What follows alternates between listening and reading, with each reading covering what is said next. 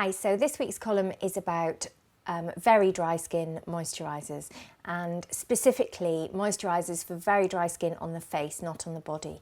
The reason I've kept them very separate is that dry skin on the body I think is very well catered for. You can treat dry skin, extreme dryness on the body very, very easily with one of the pharmacy brands. We have some really good ones, E45, Vaseline, Eucerin and so on. There are some really, and Neutrogena, some really, really great body lotions to tackle very dry skin. On the other hand, when it comes to dry facial skin, i.e. a dry complexion, your options are more limited. The reason they're more limited is that if you're a woman who wears makeup, if you're a woman who wants to tackle other problems with her skin, like you know, you're looking for maybe an anti-aging cream or you're looking for sun protection or whatever, then those creams aren't really servicing you in the same way. E45, I love it, but on my body and my knees and my elbows, I wouldn't want to try and put foundation over it. And I have tried, and it's a bad scene. Those sorts of creams don't perform well as a makeup base, and I don't see why, if you have dry skin, you should sacrifice being able to wear makeup and have it look nice on your skin.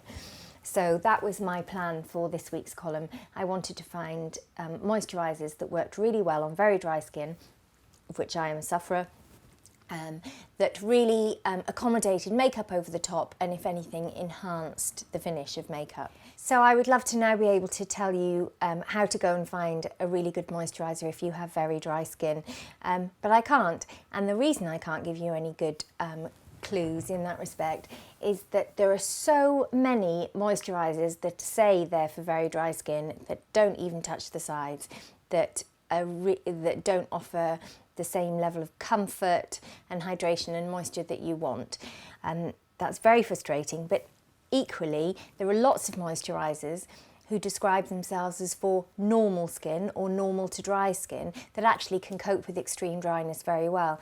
There was one I tested for the column by Declior, the Hydra Floral, and that is for normal to dry skins, or I think it says all skin types or something. And it seemed so not for me that I almost dismissed it, and it felt too light, but actually I tried it because I thought I should. And it was brilliant. It kept my skin really comfortable for hours and hours and hours, and it wasn't meant to be targeted at me at all. So you're much better off maybe looking for ingredients. There are certain ingredients that we know are very good on dry skin. Avocado oil, shea butter, olive oil, those sorts of ingredients are really pampering and softening on dry skin. And also things like glycerin is very hydrating, so if you also have dehydrated skin, that's very good because it holds a great deal of weight in water, which is what you want if you have dehydrated skin, which often goes hand in hand with dryness. So look for those sorts of ingredients rather than what it says on the label, because the labels are so misleading. I tried lots of moisturisers for this column that were targeted at very, very dry skin. And honestly, they were runny, and I would put them on, and before I'd even got as far as my foundation, I felt like I needed another layer because it had sunk in immediately. So that's what I would say there. And as I say, all 6 that I've recommended in the column, I've tested rigorously and I loved them. So you're on safe territory if you want to go and test those in the department store and see if you agree with me. There are a couple of other tips I wanted to give you if you suffer from extreme dryness, that, as well as moisturiser, that might help you along your way. The first one is serum. Now, followers of this column will know that I'm a really big fan of serums. A serum goes on after cleansing and before moisturiser, and what it does is it targets problems. Moisturiser is there primarily to keep your skin comfortable and protected. It doesn't really treat it as such. A serum is what you want for treating specific problems. So a serum is a great opportunity, if you have dry skin, to target your other concerns like anti-aging and so on, and maybe an antioxidant or some environmental protection or something. Choose it in your serum, get it put in your serum, and then you know you've got that box ticked. But also look for a serum that's just a bit more emollient than others. There are some serums that are just very, very, very light. They sink in almost like water, and there are others with a bit more substance to them, and that's a great opportunity for you to get an extra sort of layer of moisture before you put your cream on, which will kind of give you a nice sandwich effect and leave your skin more comfortable. The other thing I strongly recommend for very dry skin is steam rooms. Steam rooms and any sort of humid environment really help.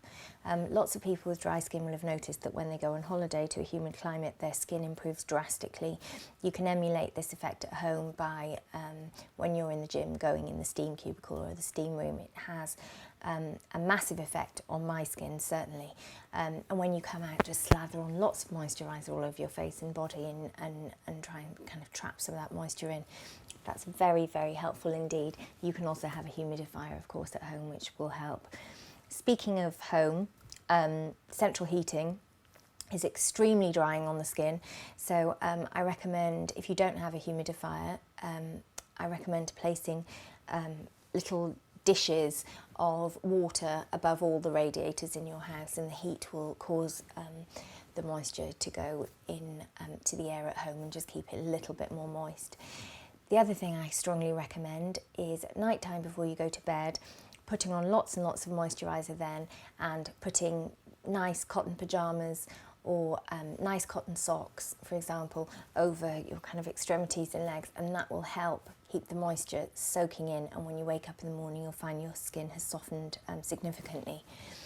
Finally, the other thing that I swear by with dry skins, which for some reason women are repeatedly advised against doing, is exfoliation. Lots of women with dry skin, for some reason, are under the impression that exfoliation will damage their skin and their skin's too delicate when it's dry to exfoliate. I think this is nonsense. Anyone can exfoliate, it's just a matter of what you use. Yes, if you have very dry skin, you don't want an exfoliant that would be suitable on an oily skin, like one that's full of glycolic acid, for example, that might strip away some moisture. You want something gentler, but that doesn't mean to say you can't scrub. So I'm obviously a devotee of the hot cloth method. You probably know that by now, but really hot cloth cleansing is excellent on dry skin because you're not introducing any chemicals that can upset the moisture balance further, but you are getting a good old scrub. Also, if you look at enzyme scrubs and so on, you can still use them on dry skin. It's just a question of sweeping them over, like enzyme pads or enzyme scrubs, sweeping over the skin and rinsing them off more quickly or drying them off more quickly. If you have oily skin, you can leave an enzyme peel mask on for a bit longer. But exfoliation really helps with dryness because A, it gets rid of the flakes, which make your skin look more dry, and B, taking away those flakes allows your skin to more readily accept product because it doesn't have that barrier of dead skin over the top, and it can take moisturiser and serum into the skin, which will certainly help the moisture levels. I also find leg shaving helps quite a lot. I never wax my legs because I find leg shaving improves my skin so much. It's definitely worth doing. A sharp razor blade will, again, exfoliate the dead skin from the top and allow your moisturiser to sink in more readily and in a way that something like waxing doesn't do. So I find that extremely beneficial, and I often recommend that to women who say they have very dry shins and so on. Lots of Afro-Caribbean women say the same thing, that their shins are very dry, and how do they get them more moist? Well, yes, you can slather on loads and loads of body lotion or cocoa butter or whatever, and that is great, but if you shave your legs first, then I think the effect is more dramatic. Anyway, so those are the little tips I've learned over the years. I do have extremely dry skin. I can promise you I'm not one of those millions of people who says, oh, I've got really dry skin, when, you know, they had chapped lips once. I've got properly dry skin. Dermatologist diagnosed and everything, so I really am the voice of experience, bitter experience at that. So those are my main tips for taking care of it. I am absolutely fastidious about moisturising. I do it all the time. I never leave the shower without immediately coating myself top to toe, because that's when your skin's at its most vulnerable as a dry skin sufferer. So always make sure you do that as the absolute bare minimum, but hopefully those tips will help you get an extra boost too. Anyway, I'm really looking forward to the comments section this week, because I have a feeling there'll be lots of sufferers with lots of tips, and I think when it comes to dry skin, those first-hand experiences are invaluable in helping others. So I'm looking forward to that, and thanks for watching. See you next time. Bye.